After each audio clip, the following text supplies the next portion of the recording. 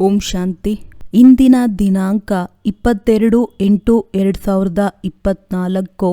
ಪ್ರಾರ್ಥ ಮುರುಳಿ ಬಾಪ್ತಾದ ಮಧುಬನ. ಮಧುರ ಮಕ್ಕಳೇ, ಇಡೀ ಕಲ್ಪದಲ್ಲಿ ಆಲ್ರೌಂಡ್ ಪಾತ್ರವನ್ನು ಅಭಿನಯಿಸಿದ್ದೀರಿ. ಈಗ ಪಾತ್ರವು ಸಂಪೂರ್ಣವಾಯಿತು. ಮನೆಗೆ ಹೋಗಬೇಕಾಗಿದೆ. ಪ್ರಶ್ನೆ: ನೀವು ಮಕ್ಕಳು ತಮ್ಮ ಭಾಗ್ಯದ ಮಹಿಮೆಯನ್ನು ಯಾವ ಶಬ್ದಗಳಲ್ಲಿ ಮಾಡುತ್ತೀರಿ? ಉತ್ತರ: ನಾವಾಗಿದ್ದೇವೆ ಬ್ರಾಹ್ಮಣರು, ಶಿಕೆಯ ಸಮಾನ. ನಮಗೆ ನಿರಾಕಾರನಾದ ಭಗವಂತನು ಕುಳಿತು ಓದಿಸುತ್ತಾನೆ. ಪ್ರಪಂಚದಲ್ಲಿ ಮನುಷ್ಯರು ಮನುಷ್ಯರಿಗೆ ಓದಿಸುತ್ತಾರೆ, ಆದರೆ ನಮಗೆ ಸ್ವಯಂ ಭಗವಂತನೇ ಓದಿಸುತ್ತಾರೆ. ಅಂದ ಮೇಲೆ ಎಷ್ಟೊಂದು ಭಾಗ್ಯಶಾಲಿಯಾದೆವೋ. ಪ್ರಶ್ನೆ: ಈ ಡ್ರಾಮಾದಲ್ಲಿ ಎಲ್ಲರಿಗಿಂತ ದೊಡ್ಡ ಸ್ಥಾನ ಯಾರದ್ದಾಗಿದೆ? ಉತ್ತರ: ನಿರಾಕಾರ ತಂದೆಯದ್ದು.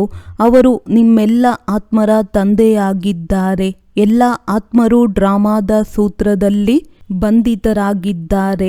ಎಲ್ಲರಿಗಿಂತ ದೊಡ್ಡ ಸ್ಥಾನ ತಂದೆಯದ್ದಾಗಿದೆ. ಓಂ ಶಾಂತಿ. ಆತ್ಮಿಕ ಮಕ್ಕಳೊಂದಿಗೆ ಆತ್ಮಿಕ ತಂದೆಯೂ ಕೇಳುತ್ತಿದ್ದಾರೆ. ಮಧುರಾತಿ ಮಧುರ ಮಕ್ಕಳೇ, ತಮ್ಮ ಮನೆ ಶಾಂತಿಧಾಮದ ನೆನಪಿದೆಯೇ? ಮರೆತು ಹೋಗಿಲ್ಲ ಅಲ್ಲವೇ? ಈಗ 84 ಜನ್ಮಗಳ ಚಕ್ರವು ಪೂರ್ಣಗೊಂಡಿತು. ಹೇಗೆ ಪೂರ್ಣವಾಯಿತು ಎನ್ನುವುದನ್ನು ನೀವು ತಿಳಿದು ಬಿಟ್ಟಿದ್ದೀರಿ. ಸತ್ಯಯುಗದಿಂದ ಕಲಿಯುಗದ ಅಂತ್ಯದವರೆಗೂ ಹೀಗೆ ಮತ್ಯಾರೂ ಕೇಳಲು ಸಾಧ್ಯವಿಲ್ಲ. ಮಧುರಾತಿ ಮಧುರ ಮುದ್ದಾದ ಮಕ್ಕಳೊಂದಿಗೆ ಬಾಬಾ ಕೇಳುತ್ತಾರೆ, ಈಗ ಮನೆಗೆ ನಡೆಯಬೇಕಲ್ಲವೇ? ಮನೆಗೆ ನಡೆದು ನಂತರ ಸುಖಧಾಮದಲ್ಲಿ ಬರಬೇಕಾಗಿದೆ. ಇದು ಸುಖಧಾಮವಂತೂ ಅಲ್ಲ, ಇದು ಹಳೆಯ ಪ್ರಪಂಚ, ದುಃಖಧಾಮ ಆಗಿದೆ. ಅದಾಗಿದೆ ಶಾಂತಿಧಾಮ, ಸುಖಧಾಮ. ಈಗ ಈ ದುಃಖದಿಂದ ಮುಕ್ತರಾಗಿ ಮುಕ್ತಿಧಾಮದಲ್ಲಿ ಹೋಗಬೇಕಾಗಿದೆ. ಮುಕ್ತಿಧಾಮ ಅಥವಾ ಶಾಂತಿಧಾಮವು ಹೇಗೆಂದರೆ ಸನ್ಮುಖದಲ್ಲಿಯೇ ನಿಂತಿದೆ. ಅದಾಗಿದೆ ಮನೆ. ನಂತರ ನೀವು ಹೊಸ ವಿಶ್ವದಲ್ಲಿ ಬರುತ್ತೀರಿ, ಎಲ್ಲಿ ಪವಿತ್ರತೆ, ಶಾಂತಿ, ಸುಖವು ಇರುತ್ತದೆ. ಇದಂತೂ ತಿಳಿಯುತ್ತೀರಲ್ಲವೇ? ಮಹಿಮೆಯೂ ಸಹ ಇದೇ ಆಗಿದೆ. ತಂದೆಯನ್ನು ಕರೆಯುತ್ತಾರೆ, ಏ ಪತಿತ ಪಾವನ, ಈ ಪತಿತ ಪ್ರಪಂಚದಿಂದ ನಮ್ಮನ್ನು ಕರೆದುಕೊಂಡು ನಡೆಯಿರಿ. ಇದರಲ್ಲಿ ಬಹಳ ದುಃಖವಿದೆ. ನಮ್ಮನ್ನು ಸುಖದಲ್ಲಿ ಕರೆದುಕೊಂಡು ನಡೆಯಿರಿ. ಸ್ಮೃತಿಯಲ್ಲಿ ಬರುತ್ತದೆ, ಸ್ವರ್ಗವನ್ನು ಎಲ್ಲರೂ ನೆನಪು ಮಾಡುವರು. ಶರೀರ ಬಿಡುತ್ತಾರೆಂದರೆ ಹೇಳುತ್ತಾರೆ, ಸ್ವರ್ಗಸ್ಥರಾದರು, ನಿರ್ವಾಣಗೈದರು. ಯಾರು ಹೋದರೂ ಆತ್ಮ ಶರೀರವಂತೂ ಹೋಗುವುದಿಲ್ಲ, ಆತ್ಮವೇ ಹೋಗುತ್ತದೆ. ಈಗ ನೀವು ಮಕ್ಕಳೇ ಶಾಂತಿಧಾಮ, ಸುಖಧಾಮವನ್ನು ತಿಳಿದಿದ್ದೀರಿ. ಮತ್ಯಾರೂ ತಿಳಿದುಕೊಂಡಿಲ್ಲ. ನೀವು ಮಕ್ಕಳ ಬುದ್ಧಿಯಲ್ಲಿ ಜ್ಞಾನವಿದೆ. ಶಾಂತಿಧಾಮವೆಂದರೆ ಏನಾಗಿದೆ ಮತ್ತು ಸುಖಧಾಮವು ಏನಾಗಿದೆ ಎಂದು. ನೀವು ಸುಖಧಾಮದಲ್ಲಿ ಇದ್ದೀರಿ, ಈಗ ಮತ್ತೆ ದುಃಖಧಾಮದಲ್ಲಿ ಬಂದಿದ್ದೀರಿ. ಸೆಕೆಂಡ್, ನಿಮಿಷ, ಗಂಟೆ, ದಿನ, ವರ್ಷವು ಕಳೆದು ಹೋಯಿತು. ಈಗ 5000 ವರ್ಷಗಳಲ್ಲಿ ಬಾಕಿ ಸ್ವಲ್ಪ ದಿನಗಳಿರುತ್ತವೆ. ತಂದೆಯು ಮಕ್ಕಳಿಗೆ ಈ ಸ್ಮೃತಿಯನ್ನು ತರಿಸುತ್ತಿರುತ್ತಾರೆ. ಬಹಳ ಸಹಜ ಮಾತಾಗಿದೆ. ಇದರಲ್ಲಿ ತಬ್ಬಿಬ್ಬಾಗುವ ಅವಶ್ಯಕತೆಯೇ ಇಲ್ಲ. ಆತ್ಮವು 84 ಜನ್ಮಗಳನ್ನು ಹೇಗೆ ತೆಗೆದುಕೊಳ್ಳುತ್ತದೆ, ಇದು ಸಹ ಯಾರಿಗೂ ಗೊತ್ತಿಲ್ಲ. ಲಕ್ಷಾಂತರ ವರ್ಷಗಳ ಮಾತನ್ನಂತೂ ಯಾರಲ್ಲಿಯೇ ನೆನಪಿರುವುದು ಕಷ್ಟವಿದೆ. ಇದಿರುವುದೇ 5000 ವರ್ಷಗಳ ಮಾತು. ವ್ಯಾಪಾರಿ ಜನರೂ ಸಹ ಲೆಕ್ಕದ ಪುಸ್ತಕದಲ್ಲಿ ಸ್ವಸ್ತಿಕವನ್ನು ಬಿಡಿಸುತ್ತಾರೆ. ಅದನ್ನು ಗಣೇಶ ಎಂದು ಹೇಳಿಬಿಡುತ್ತಾರೆ. ಗಣೇಶನಿಗೆ ಆನೆಯ ಸೊಂಡಿಲನ್ನು ತೋರಿಸುತ್ತಾರೆ. ಮನುಷ್ಯರು ಹಣವನ್ನು ಖರ್ಚು ಮಾಡುತ್ತಾರೆ, ಚಿತ್ರ ಮುಂತಾದವನ್ನು ಮಾಡಿಸುತ್ತಾರೆ. ಇದಕ್ಕೆ ಹೇಳಲಾಗುತ್ತದೆ ಸಮಯ ವ್ಯರ್ಥ ಮಾಡುವುದು ಎಂದು. ನಿಮ್ಮಲ್ಲಿ ಎಷ್ಟೊಂದು ಶಕ್ತಿ ಇತ್ತು, ಅದು ದಿನ ಕಳೆದಂತೆ ಕಡಿಮೆಯಾಗುತ್ತಾ ಹೋಯಿತು. ಹೇಗೆ ಮೋಟಾರು ಗಾಡಿಯಿಂದ ಪೆಟ್ರೋಲ್ ಕಡಿಮೆಯಾಗುತ್ತಾ ಹೋಗುತ್ತದೆ. ಈಗಂತೂ ನೀವು ಬಹಳ ಬಲಹೀನರಾಗಿ ಬಿಟ್ಟಿದ್ದೀರಿ. 5000 ವರ್ಷಗಳ ಮೊದಲು ಭಾರತವು ಏನಾಗಿತ್ತೋ, ಅಪಾರ ಸುಖಿಯಾಗಿತ್ತೋ, ಎಷ್ಟೊಂದು ಅಪಾರ ಹಣವಿತ್ತೋ, ಈ ರಾಜ್ಯವನ್ನು ಅವರು ಹೇಗೆ ಪಡೆದರು? ರಾಜಯೋಗವನ್ನು ಕಲಿತಿದ್ದರು. ಇದರಲ್ಲಿ ಯುದ್ಧ ಮುಂತಾದ ಮಾತೇ ಇಲ್ಲ. ಇದಕ್ಕೆ ಜ್ಞಾನದ ಅಸ್ತ್ರಶಸ್ತ್ರವೆಂದು ಹೇಳಲಾಗುತ್ತದೆ. ಮತ್ಯಾವುದೇ ಸ್ಥೂಲ ಮಾತಲ್ಲ. ಜ್ಞಾನದ ಅಸ್ತ್ರಶಸ್ತ್ರವಿದೆ. ಜ್ಞಾನ, ವಿಜ್ಞಾನ, ನೆನಪು ಮತ್ತು ಜ್ಞಾನದ ಬಹಳ ಶಕ್ತಿಶಾಲಿ ಅಸ್ತ್ರಶಸ್ತ್ರಗಳಿವೆ. ಇಡೀ ವಿಶ್ವದಲ್ಲಿ ನೀವು ರಾಜಾಡಳಿತ ಮಾಡುತ್ತಿದ್ದೀರಿ. ದೇವತೆಗಳಿಗೆ ಅಹಿಂಸಕ ಎಂದು ಹೇಳಲಾಗುತ್ತದೆ. ಈಗ ನೀವು ಮಕ್ಕಳಿಗೆ ಮನುಷ್ಯನಿಂದ ದೇವತೆಯಾಗುವ ಶಿಕ್ಷಣವೂ ಸಿಗುತ್ತಿದೆ. ನೀವು ತಿಳಿದಿದ್ದೀರಿ, ನಾವು ಪ್ರತಿ 5000 ವರ್ಷಗಳ ನಂತರ ಬೇಅದ್ದಿನ ತಂದೆಯಿಂದ ಈ ಬೇಅದ್ದಿನ ಆಸ್ತಿಯನ್ನು ತೆಗೆದುಕೊಳ್ಳುತ್ತಿದ್ದೇವೆ. ಇದು ಆತ್ಮದ ಮಾತಾಯಿತು. ಇದರಲ್ಲಿ ಸ್ಥೂಲ ಯುದ್ಧ ಮುಂತಾದುವುದರ ಮಾತೇ ಇಲ್ಲ. ಆತ್ಮವು ಪತಿತವಾಗಿದೆ. ಆದ್ದರಿಂದ ಅದು ಪಾವನವಾಗುವುದಕ್ಕಾಗಿ ತಂದೆಯನ್ನು ಕರೆಯುತ್ತದೆ. ಈಗ ತಂದೆಯು ಹೇಳುವರು, ಮಧುರಾತಿ ಮಧುರ ಮಕ್ಕಳೇ, ಈಗಂತೂ ಮನೆಗೆ ಹೋಗಬೇಕಾಗಿದೆ. ಇದಾಗಿದೆ ಜೀವಾತ್ಮರ ಪ್ರಪಂಚ, ಅದಾಗಿದೆ ಆತ್ಮರ ಪ್ರಪಂಚ. ಅದನ್ನು ಜೀವಾತ್ಮರ ಪ್ರಪಂಚವೆಂದು ಹೇಳುವುದಿಲ್ಲ. ಇದನ್ನು ಗಳಿಗೆ ಗಳಿಗೆಯೂ ಸ್ಮೃತಿಯಲ್ಲಿ ತಂದುಕೊಳ್ಳಬೇಕು. ನಾವು ದೂರ ದೇಶದಲ್ಲಿರುವವರು. ನಾವಾತ್ಮರ ಮನೆಯಾಗಿದೆ ಬ್ರಹ್ಮಾಂಡ. ಇದು ಸಹ ಬುದ್ಧಿಯಲ್ಲಿರಲಿ, ನಾವು ಅಲ್ಲಿರುತ್ತೇವೆ. ಈ ಆಕಾಶ ತತ್ವಕ್ಕಿಂತಲೂ ಆಚೆ ಎಲ್ಲಿ ಸೂರ್ಯ ಚಂದ್ರನೂ ಇರುವುದಿಲ್ಲ, ಅಲ್ಲಿ ನಾವು ಇರುವವರು. ಇಲ್ಲಿ ಪಾತ್ರವನ್ನಭಿನಯಿಸಲು ಬಂದಿದ್ದೇವೆ. 84ರ ಪಾತ್ರವನ್ನು ಅಭಿನಯಿಸುತ್ತೇವೆ. ಎಲ್ಲರಂತೂ 84 ಜನ್ಮಗಳನ್ನು ತೆಗೆದುಕೊಳ್ಳಲು ಸಾಧ್ಯವಿಲ್ಲ. ನಿಧಾನವಾಗಿ ಮೇಲಿಂದ ಇಳಿದು ಬರುತ್ತಾರೆ. ನಾವು ಆಲ್ರೌಂಡರ್ ಇದ್ದೇವೆ. ಎಲ್ಲ ಕಾರ್ಯವನ್ನು ಮಾಡುವವರನ್ನು ಆಲ್ರೌಂಡರ್ ಎಂದು ಹೇಳಲಾಗುತ್ತದೆ. ನೀವು ಸಹ ಆಲ್ರೌಂಡರ್ ಆಗಿದ್ದೀರಿ. ಆದಿಯಿಂದ ಅಂತ್ಯದವರೆಗೂ ನಿಮ್ಮ ಪಾತ್ರವಿದೆ. ಈಗ ಈ ಚಕ್ರದ ಅಂತಿಮ ಸಮಯವಾಗಿದೆ. ಆದರೂ ಮೇಲಿಂದ ಬರುತ್ತಿರುತ್ತಾರೆ. ಬಹಳ ಮಕ್ಕಳು ಉಳಿದುಕೊಂಡಿದ್ದಾರೆ. ಅವರು ಮೇಲಿಂದ ಬರುತ್ತಿರುತ್ತಾರೆ. ವೃದ್ಧಿ ಹೊಂದುತ್ತಿರುತ್ತದೆ. ಬಾಬಾರವರು ನೀವು ಮಕ್ಕಳಿಗೆ ಅಂಸೋನ ಅರ್ಥವನ್ನು ತಿಳಿಸಿದ್ದಾರೆ. ಅವರುಗಳಂತೂ ಹೇಳುತ್ತಾರೆ, ನಾವು ಆತ್ಮವೇ ಪರಮಾತ್ಮ ಆಗಿದ್ದೇವೆ. ಅವರಿಗಂತೂ ಡ್ರಾಮಾದ ಆದಿ ಮಧ್ಯ ಅಂತ್ಯ ಆಯಸ್ಸಿನ ಮುಂತಾದವೇನೂ ಗೊತ್ತಿಲ್ಲ. ನಿಮಗಂತೂ ತಂದೆಯು ತಿಳಿಸಿದ್ದಾರೆ. ಈ ಶರೀರದಲ್ಲಿ ನೀವೀಗ ಬ್ರಾಹ್ಮಣರಾಗಿದ್ದೀರಿ. ಪ್ರಜಾಪಿತ ಬ್ರಹ್ಮರವರ ಮೂಲಕ ಶಿವತಂದೆಯು ನಿಮ್ಮನ್ನು ದತ್ತು ಮಾಡಿಕೊಂಡಿದ್ದಾರೆ, ಓದಿಸುತ್ತಾರೆ. ತಂದೆಯು ನಮಗೆ ಓದಿಸುತ್ತಿದ್ದಾರೆ ಎನ್ನುವುದಂತೂ ನೆನಪಿರಬೇಕಲ್ಲವೇ? ಅವರು ಶ್ರೇಷ್ಠಾತಿ ಶ್ರೇಷ್ಠ ಭಗವಂತನಾಗಿದ್ದಾರೆ. ಎಲ್ಲ ಆತ್ಮರು ಈ ಡ್ರಾಮಾದ ದಾರದಲ್ಲಿ ಪೋಣಿಸಲ್ಪಟ್ಟಿದ್ದಾರೆ. ಈಗ ನೀವು ತಿಳಿದಿದ್ದೀರಿ, ನಾವು ಪ್ರಾರಂಭದಲ್ಲಿ ದೇವತೆಗಳಿದ್ದೆವು, ನಂತರ ನಾವೇ ಕ್ಷತ್ರಿಯ ಧರ್ಮದಲ್ಲಿ ಬಂದೆವು. ಅರ್ಥಾತ್ ಸೂರ್ಯವಂಶಿಯಿಂದ ಚಂದ್ರವಂಶಿಯಲ್ಲಿ ಬಂದೆವು. ಇದು ವರ್ಣಗಳ ಆಟವಾಗಿದೆ. ಈಗ ಮತ್ತೆ ಶೂದ್ರರಿಂದ ಬ್ರಾಹ್ಮಣರಾಗಿದ್ದೀರಿ. ಬ್ರಾಹ್ಮಣರಿಂದ ನಂತರ ದೇವತೆಗಳಾಗುತ್ತೀರಿ. ವಿರಾಟ ರೂಪವನ್ನು ತೋರಿಸುತ್ತಾರಲ್ಲವೇ? ನಿಮ್ಮ ಬುದ್ಧಿಯಲ್ಲಿ ಸಂಪೂರ್ಣ ಜ್ಞಾನವಿದೆ. ನಾವು ಹೇಗೆ ಕೆಳಗಿಳಿದೆವು, ನಂತರ ಬ್ರಾಹ್ಮಣ ಕುಲದಲ್ಲಿ ಬಂದೆವು, ನಂತರ ದೈವಿ ರಾಜಧಾನಿಯಲ್ಲಿ ಬರುತ್ತೇವೆ. ಈಗ ನೀವು ಬ್ರಾಹ್ಮಣರು ಶಿಕೆಗೆ ಸಮಾನರು. ಶಿಕೆಯು ಎಲ್ಲದಕ್ಕಿಂತ ಮೇಲಿರುತ್ತದೆ.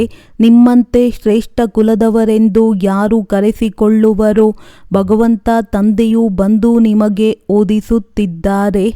ನೀವೆಷ್ಟು ಭಾಗ್ಯಶಾಲಿಯಾಗಿದ್ದೀರಿ. ತಮ್ಮ ಭಾಗ್ಯದ ಮಹಿಮೆಯನ್ನಾದರೂ ಸ್ವಲ್ಪ ಮಾಡಿರಿ. ಹೊರಗಂತೂ ಎಲ್ಲ ಮನುಷ್ಯರು ಮನುಷ್ಯರಿಗೆ ಓದಿಸುತ್ತಾರೆ.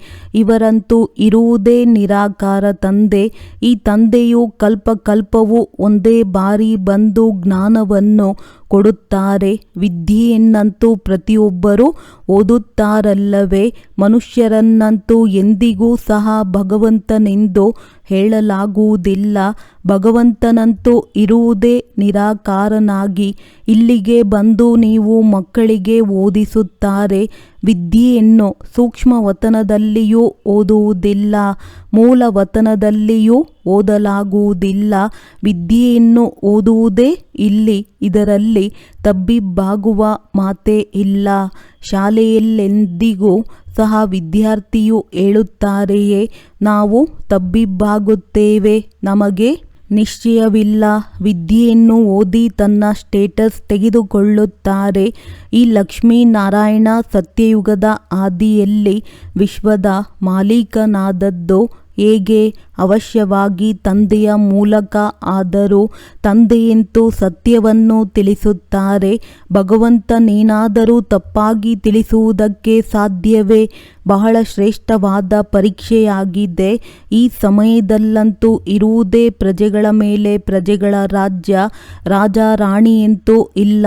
ಸತ್ಯಯುಗದಲ್ಲಿ ಇದ್ದರೂ ಈಗ ಕಲಿಯುಗದ ಅಂತ್ಯದಲ್ಲಿಲ್ಲ. ಇದಕ್ಕೆ ಪಂಚಾಯಿತಿ ರಾಜ್ಯವೆಂದು ಹೇಳಲಾಗುತ್ತದೆ. ಗೀತೆಯಲ್ಲಿ ಬರೆದು ಬಿಟ್ಟಿದ್ದಾರೆ, ಕೌರವರು ಮತ್ತು ಪಾಂಡವರು ಆತ್ಮಿಕ ಪಂಡ ನೀವಾಗಿದ್ದೀರಲ್ಲವೇ? ಎಲ್ಲರಿಗೂ ಆತ್ಮಿಕ ಮನೆಯ ಮಾರ್ಗವನ್ನು ತಿಳಿಸುತ್ತೀರಿ. ಅದು ನೀವಾತ್ಮರ ಆತ್ಮಿಕ ಮನೆಯಾಗಿದೆ. ಆತ್ಮವು ಜನ್ಮವನ್ನು ತೆಗೆದುಕೊಂಡು ಪಾತ್ರವನ್ನಭಿನಯಿಸುತ್ತದೆ. ಈ ಮಾತುಗಳನ್ನು ನಿಮ್ಮ ಹೊರತು ಮತ್ಯಾರೂ ತಿಳಿದುಕೊಂಡಿಲ್ಲ. ಋಷಿಮುನಿ ಮುಂತಾದವರ್ಯಾರೂ ಸಹ ರಚಯಿತನನ್ನಾಗಲಿ ರಚನೆಯ ಆದಿ ಮಧ್ಯ ಅಂತ್ಯವನ್ನಾಗಲಿ ತಿಳಿದುಕೊಂಡಿಲ್ಲ. ಲಕ್ಷಾಂತರ ವರ್ಷಗಳೆಂದು ಹೇಳಿಬಿಡುತ್ತಾರೆ, ಆದರೆ ಅದರ ಸಂಪೂರ್ಣ ಲೆಕ್ಕವೂ ಸಹ ಇಲ್ಲ. ಅರ್ಧವೂ ಆಗಲೂ ಸಾಧ್ಯವಿಲ್ಲ. ಇದಿರುವುದೇ ಪತಿತ ಪ್ರಪಂಚ ವಿಕಾರಿ ಮತ್ತು ಅದು ನಿರ್ವಿಕಾರಿ. ತಂದೆಯು ಎಷ್ಟು ಶ್ರೇಷ್ಠಾತಿ ಶ್ರೇಷ್ಠನಿದ್ದಾರೆ, ಆದರೆ ಎಷ್ಟು ಸಾಧಾರಣವಾಗಿದ್ದಾರೆ. ಯಾರೇ ಗಣ್ಯ ವ್ಯಕ್ತಿಯು ಆಫೀಸರುಗಳೊಂದಿಗೆ ಭೇಟಿಯಾಗುತ್ತಾರೆಂದರೆ ಎಷ್ಟು ಗೌರವವನ್ನು ಕೊಡುತ್ತಾರೆ. ಪತಿತ ಪ್ರಪಂಚದಲ್ಲಿ ಪತಿತ ಮನುಷ್ಯರೇ ಪತಿತರನ್ನು ಮಹಿಮೆ ಮಾಡುತ್ತಾರೆ. ಪಾವನರಂತೂ ಇರುವುದೇ ಗುಪ್ತವಾಗಿದೆ. ಹೊರಗಿನಿಂದ ಏನೂ ಕಾಣಿಸುವುದಿಲ್ಲ. ತಂದೆಗೆ ಹೇಳಲಾಗುತ್ತದೆ ನಾಲೆಜ್ಫುಲ್, ಬ್ಲೆಸ್ಫುಲ್. ಎಲ್ಲ ಮಾತುಗಳು ತಂದೆಯಲ್ಲಿ ಫುಲ್ ಇದೆ. ಆದ್ದರಿಂದ ಅವರನ್ನು ಜ್ಞಾನದ ಸಾಗರನೆಂದು ಹೇಳಲಾಗುತ್ತದೆ. ಪ್ರತಿಯೊಬ್ಬ ಮನುಷ್ಯನ ಸ್ಥಾನದ ಮಹಿಮೆಯು ಬೇರೆ ಬೇರೆ ಇದೆ. ಮಂತ್ರಿಯನ್ನು ಮಂತ್ರಿ, ಪ್ರಧಾನಮಂತ್ರಿಯನ್ನು ಪ್ರಧಾನಮಂತ್ರಿ ಎಂದು ಹೇಳುತ್ತಾರೆ. ಇವರು ಶ್ರೇಷ್ಠಾತಿ ಶ್ರೇಷ್ಠ ಭಗವಂತನಿದ್ದಾರೆ. ಎಲ್ಲರಿಗಿಂತಲೂ ದೊಡ್ಡ ಸ್ಥಾನವಿರುವುದು ನಿರಾಕಾರ ತಂದೆಯದು. ಅವರಿಗೆ ನಾವೆಲ್ಲರೂ ಮಕ್ಕಳಾಗಿದ್ದೇವೆ. ಅಲ್ಲಿ ನಾವೆಲ್ಲರೂ ತಂದೆಯ ಜೊತೆಯಲ್ಲಿ ಪರಮಧಾಮದಲ್ಲಿರುತ್ತೇವೆ. ಅದು ಮನೆ. ಇಲ್ಲಿ ಎಲ್ಲರಿಗೂ ತಮ್ಮ ತಮ್ಮ ಪಾತ್ರವೂ ಸಿಕ್ಕಿದೆ.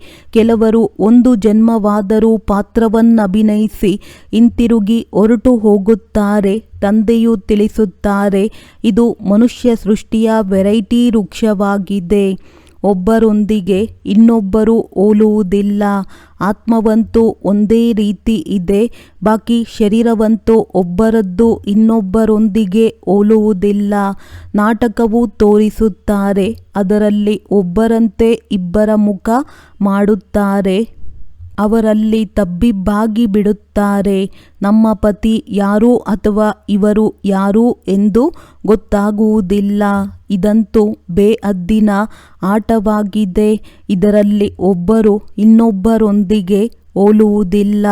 ಪ್ರತಿಯೊಬ್ಬರ ಲಕ್ಷಣಗಳು ಬೇರೆ ಬೇರೆ ಇರುತ್ತದೆ. ಆಯಸ್ಸು ಬಲೆ ಎಲ್ಲರದ್ದೂ ಒಂದೇ ರೀತಿ ಇರಲಿ, ಆದರೆ ಲಕ್ಷಣಗಳು ಒಂದೇ ರೀತಿ ಇರಲು ಸಾಧ್ಯವಿಲ್ಲ. ಪ್ರತಿ ಜನ್ಮದಲ್ಲಿ ಲಕ್ಷಣಗಳು ಬದಲಾಗುತ್ತದೆ. ಎಷ್ಟೊಂದು ದೊಡ್ಡ ಬೇಅದ್ದಿನ ನಾಟಕವಾಗಿದೆ ಅಂದ ಮೇಲೆ ಅದನ್ನು ತಿಳಿದುಕೊಳ್ಳಬೇಕಲ್ಲವೇ? ಇಡೀ ಸೃಷ್ಟಿಯ ಆದಿ ಮಧ್ಯ ಅಂತ್ಯದ ಜ್ಞಾನವು ನಿಮ್ಮ ಬುದ್ಧಿಯಲ್ಲಿದೆ. ಪ್ರತಿಯೊಬ್ಬರದ್ದು ಡ್ರಾಮಾದಲ್ಲಿ ಪಾತ್ರವೇನಿದೆಯೋ ಅದನ್ನೇ ಅಭಿನಯಿಸುತ್ತಾರೆ. ಡ್ರಾಮಾದಲ್ಲಿ ಯಾರದ್ದೂ ರೀಪ್ಲೇಸ್ ಆಗಲು ಸಾಧ್ಯವಿಲ್ಲ. ಬೇಅದ್ದಿನ ಡ್ರಾಮಾ ಅಲ್ಲವೇ? ಜನ್ಮವನ್ನು ತೆಗೆದುಕೊಳ್ಳುತ್ತಿರುತ್ತಾರೆ. ಎಲ್ಲರ ಲಕ್ಷಣಗಳು ಬೇರೆ ಬೇರೆ ಇರುತ್ತದೆ. ಎಷ್ಟೊಂದು ವಿಭಿನ್ನವಾದ ಲಕ್ಷಣಗಳಿವೆ.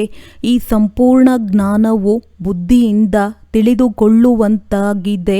ಯಾವುದೇ ಪುಸ್ತಕ ಮುಂತಾದವು ಇಲ್ಲ.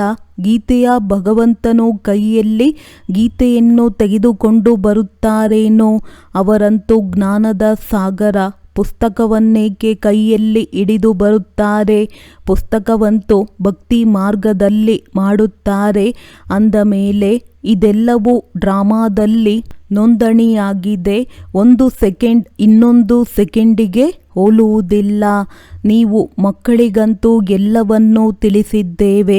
ಚಕ್ರವು ಪೂರ್ಣವಾಗಿ ಮತ್ತೆ ಹೊಸದಾಗಿ ಪ್ರಾರಂಭವಾಗುವುದು. ಈಗ ನೀವು ಓದುತ್ತಿದ್ದೀರಿ. ತಂದೆಯನ್ನು ತಿಳಿದು ಬಿಟ್ಟಿರಿ, ರಚನೆಯನ್ನು ತಿಳಿದು ಬಿಟ್ಟಿರಿ. ಮೂಲವತನದಿಂದ ಇಲ್ಲಿಗೆ ಪಾತ್ರವನ್ನಭಿನಯಿಸಲು ಬರುತ್ತೀರಿ. ಸ್ಟೇಜ್ ಬಹಳ ದೊಡ್ಡದಿದೆ. ಇದರ ಮಾಪನವನ್ನಂತೂ ಮಾಡಲು ಸಾಧ್ಯವಿಲ್ಲ. ಯಾರೂ ಸಹ ತಲುಪಲು ಸಾಧ್ಯವಿಲ್ಲ. ಸಾಗರ ಮತ್ತು ಆಕಾಶದ ಅಂತ್ಯವನ್ನು ಪಡೆಯಲು ಸಾಧ್ಯವಿದೆಯೇ? ಆದ್ದರಿಂದ ಬೇಅಂತೆಂದು ಗಾಯನ ಮಾಡಲಾಗುತ್ತದೆ.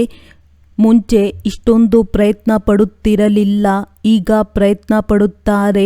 ವಿಜ್ಞಾನವೂ ಸಹ ಹೀಗಿದೆ. ನಂತರ ಯಾವಾಗ ಪ್ರಾರಂಭವಾಗುತ್ತದೆ? ಯಾವಾಗ ಅವರ ಪಾತ್ರವಿರುತ್ತದೆ? ಅಂದ ಮೇಲೆ ಇಷ್ಟೆಲ್ಲ ಮಾತುಗಳು ಶಾಸ್ತ್ರಗಳಲ್ಲಿದೆಯೇ? ತಿಳಿಸುವವರಿಗೆ ಬದಲಾಗಿ ಕೇಳುವವರ ಹೆಸರನ್ನು ಹಾಕಿಬಿಟ್ಟಿದ್ದಾರೆ. ಇದು ಕಪ್ಪಾಗಿರುವ ಆತ್ಮ, ಅದು ಸುಂದರವಾದ ಆತ್ಮ.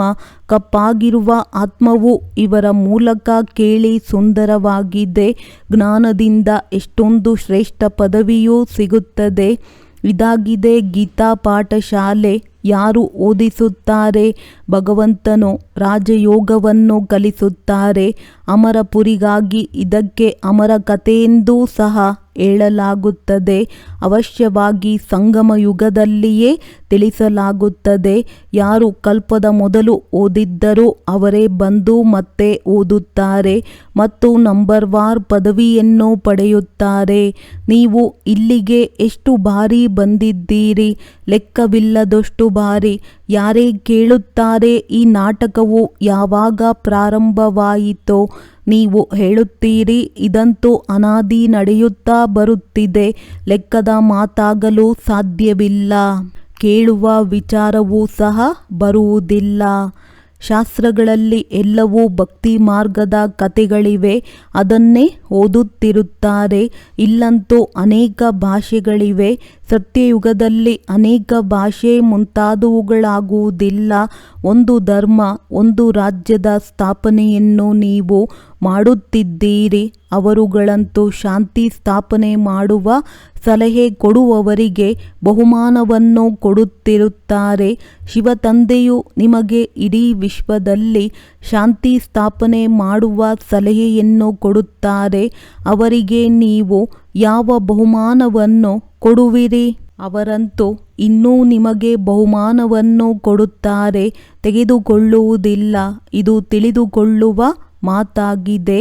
ನೆನ್ನೆಯ ಮಾತು ಯಾವಾಗ ಇವರ ರಾಜ್ಯವಿತ್ತೋ ಲಕ್ಷ್ಮೀನಾರಾಯಣ. ಈಗಂತೂ ಇರುವುದಕ್ಕೂ ಜಾಗವಿಲ್ಲ. ಅಲ್ಲಂತೂ 2-3 ಅಂತಸ್ತುಗಳನ್ನು ಕಟ್ಟುವ ಅವಶ್ಯಕತೆಯೂ ಇರುವುದಿಲ್ಲ. ಕಟ್ಟಿಗೆ ಮುಂತಾದವುಗಳ ಅವಶ್ಯಕತೆಯೂ ಇರುವುದಿಲ್ಲ. ಅಲ್ಲಂತೂ ಚಿನ್ನ ಬೆಳ್ಳಿಯ ಮನೆಯಾಗುತ್ತದೆ. ವಿಜ್ಞಾನದ ಅನ್ವೇಷಣೆಯಿಂದ ತಕ್ಷಣದಲ್ಲಿಯೇ ಮನೆಯಾಗಿ ಬಿಡುತ್ತದೆ. ಇಲ್ಲಂತೂ ವಿಜ್ಞಾನದಿಂದ ಸುಖವೂ ಇದೆ, ದುಃಖವೂ ಇದೆ. ಇದರಿಂದ ಇಡೀ ಪ್ರಪಂಚವೇ ಸಮಾಪ್ತಿಯಾಗಿ ಬಿಡುತ್ತದೆ. ಇದಕ್ಕೆ ಫಾಲ್ ಆಫ್ ಪಾಂಪ್ ಎಂದು ಹೇಳಲಾಗುತ್ತದೆ. ಮಾಯೆಯ ಶೋ ಎಷ್ಟೊಂದಿದೆ. ಸಾಹುಕಾರರಿಗಂತೂ ಹೇಗೆಂದರೆ ಸ್ವರ್ಗವೇ ಇಲ್ಲಿದೆ. ಆದ್ದರಿಂದ ಅವರು ನಿಮ್ಮ ಮಾತುಗಳನ್ನು ಕೇಳಿಸಿಕೊಳ್ಳುವುದೇ ಇಲ್ಲ. ಮುಂಚೆ ನೀವು ತಿಳಿದುಕೊಂಡಿರಲಿಲ್ಲ. ಇಲ್ಲಂತೂ ತಂದೆಯು ಬಂದು ಡೈರೆಕ್ಟ್ ಆಗಿ ನಿಮಗೆ ಓದಿಸುತ್ತಾರೆ. ಹೊರಗಂತೂ ಮಕ್ಕಳು ಓದಿಸುತ್ತಾರೆ. ಮಿತ್ರ ಸಂಬಂಧಿ ಮುಂತಾದವರು ಸಹ ನೆನಪಿಗೆ ಬರುತ್ತಿರುತ್ತಾರೆ. ಇಲ್ಲಂತೂ ತಂದೆಯು ಕುಳಿತು ತಿಳಿಸುತ್ತಾರೆ. ದಿನ ಕಳೆದಂತೆ ನೀವು ನೆನಪಿನ ಯಾತ್ರೆಯಲ್ಲಿ ಪರಿಪಕ್ವವಾಗುತ್ತಾ ಸಾಗುತ್ತೀರಿ. ನಂತರ ನಿಮಗೆ ಯಾವುದೇ ನೆನಪಿಗೆ ಬರುವುದಿಲ್ಲ. ಕೇವಲ ಮನೆ ಮತ್ತು ರಾಜಧಾನಿಯಷ್ಟೇ ನೆನಪು ಬರುತ್ತದೆ. ನಂತರ ಈ ನೌಕರಿ ಮುಂತಾದುವುದರ ನೆನಪು ಬರುವುದಿಲ್ಲ. ಸಾಯುವುದು ಸಹ ಹಾಗೆ. ಹೇಗೆಂದರೆ ಕುಳಿತಿದ್ದಂತೆಯೇ ಹೃದಯಾಘಾತವಾಗುತ್ತದೆ. ದುಃಖದ ಮಾತಿರುವುದಿಲ್ಲ. ಆಸ್ಪತ್ರೆ ಮುಂತಾದವಂತೂ ಏನೂ ಇರುವುದಿಲ್ಲ. ತಂದೆಯನ್ನು ತಿಳಿದು ಬಿಟ್ಟಿರಿ ಮತ್ತು ಸ್ವರ್ಗದ ಮಾಲೀಕರಾದಿರಿ. ನಿಮಗಂತೂ ಹಕ್ಕಿದೆ, ಎಲ್ಲರಿಗೂ ಇಲ್ಲ. ಏಕೆಂದರೆ ಸ್ವರ್ಗದಲ್ಲಂತೂ ಎಲ್ಲರೂ ಬರುವುದಿಲ್ಲವಲ್ಲವೇ? ಒಳ್ಳೆಯದು. ಮಧುರಾತಿ ಮಧುರ ಅಗಲಿ ಮರಳಿ ಸಿಕ್ಕಿರುವ ಮಕ್ಕಳ ಪ್ರತಿ ಮಾತ್ಪಿತಾ ಬಾಪ್ ತಾದಾರವರ ನೆನಪು, ಪ್ರೀತಿ ಹಾಗೂ ನಮಸ್ತೆ. ಆತ್ಮಿಕ ತಂದೆಯ ಆತ್ಮಿಕ ಮಕ್ಕಳಿಗೆ ನಮಸ್ತೆ. ಧಾರಣೆಗಾಗಿ ಮುಖ್ಯ ಸಾರ. ಆತ್ಮಿಕ ಮಾರ್ಗದರ್ಶಿಯಾಗಿದ್ದು ಎಲ್ಲರಿಗೂ ಆತ್ಮಿಕ ಮನೆಯ ಮಾರ್ಗವನ್ನು ತಿಳಿಸಬೇಕಾಗಿದೆ. ಜ್ಞಾನ ಮತ್ತು ಯೋಗದ ಅಸ್ತ್ರಶಸ್ತ್ರದಿಂದ ಇಡೀ ವಿಶ್ವದಲ್ಲಿ ರಾಜ್ಯ ಆಡಳಿತ ಮಾಡಬೇಕಾಗಿದೆ. ಡಬಲ್ ಅಹಿಂಸಕರಾಗಬೇಕಾಗಿದೆ. 84 ಜನ್ಮಗಳ ಆಲ್ರೌಂಡರ್ ಪಾತ್ರವನ್ನಭಿನಯಿಸುವವರು ಈಗ ಆಲ್ರೌಂಡರ್ ಆಗಬೇಕಾಗಿದೆ. ಎಲ್ಲ ಕಾರ್ಯವನ್ನು ಮಾಡಬೇಕಾಗಿದೆ. ಬೇಹದ್ದಿನ ವೆರೈಟಿ ಡ್ರಾಮಾದಲ್ಲಿ ಪ್ರತಿಯೊಬ್ಬ ಪಾತ್ರಧಾರಿಯ ಪಾತ್ರವನ್ನು ನೋಡುತ್ತಾ ಹರ್ಷಿತವಾಗಿರಬೇಕಾಗಿದೆ. ವರದಾನ: ಅವಿನಾಶಿ ಉಮಂಗ ಉತ್ಸಾಹದ ಮೂಲಕ ಬಿರುಗಾಳಿಯನ್ನು ಬಳುವಳಿಯನ್ನಾಗಿ ಮಾಡುವಂತಹ ಶ್ರೇಷ್ಠ ಬ್ರಾಹ್ಮಣ ಆತ್ಮಭವ. ಉಮಂಗ ಉತ್ಸಾಹವೇ ಬ್ರಾಹ್ಮಣ ಹಾರುವ ಕಲೆಯ ರೆಕ್ಕೆಯಾಗಿದೆ. ಈ ರೆಕ್ಕೆಗಳಿಂದ ಸದಾ ಹಾರುತ್ತಿರಿ. ಈ ಉಮಂಗ ಉತ್ಸಾಹವು ತಾವು ಬ್ರಾಹ್ಮಣರಿಗಾಗಿ ಅತಿ ದೊಡ್ಡ ಶಕ್ತಿಯಾಗಿದೆ. ನಿರಸ ಜೀವನವಲ್ಲ. ಉಮಂಗ ಉತ್ಸಾಹದ ರಸವು ಪ್ರಾಪ್ತಿಯೂ ಸದಾ ಇದೆ. ಉಮಂಗ ಉತ್ಸಾಹವು ಕಷ್ಟವನ್ನು ಸಹಜವನ್ನಾಗಿ ಮಾಡಿಬಿಡುತ್ತದೆ. ಅವರೆಂದಿಗೂ ಹೃದಯ ವಿದೀರ್ಣರಾಗಲು ಸಾಧ್ಯವಿಲ್ಲ. ಉತ್ಸಾಹವು ಬಿರುಗಾಳಿಯನ್ನು ಬಳುವಳಿಯನ್ನಾಗಿ ಮಾಡಿಬಿಡುತ್ತದೆ. ಉತ್ಸಾಹವು ಯಾವುದೇ ಪರೀಕ್ಷೆ ಅಥವಾ ಸಮಸ್ಯೆಯನ್ನು ಮನೋರಂಜನೆಯ ಅನುಭವ ಮಾಡಿಸುತ್ತದೆ. ಇಂತಹ ಅವಿನಾಶಿ ಉಮಂಗ ಉತ್ಸಾಹದಲ್ಲಿರುವವರೇ ಶ್ರೇಷ್ಠ ಬ್ರಾಹ್ಮಣನಾಗಿದ್ದಾರೆ. ಸ್ಲೋಗನ್: ಶಾಂತಿಯ ಅಗರ್ಬತ್ತಿಯನ್ನು ಬೆಳಗಿಸಿಡುತ್ತೀರೆಂದರೆ ಅಶಾಂತಿಯ ದುರ್ಗಂಧವು ಸಮಾಪ್ತಿಯಾಗಿ ಬಿಡುತ್ತದೆ. ಒಳ್ಳೆಯದು. ಓಂ ಶಾಂತಿ.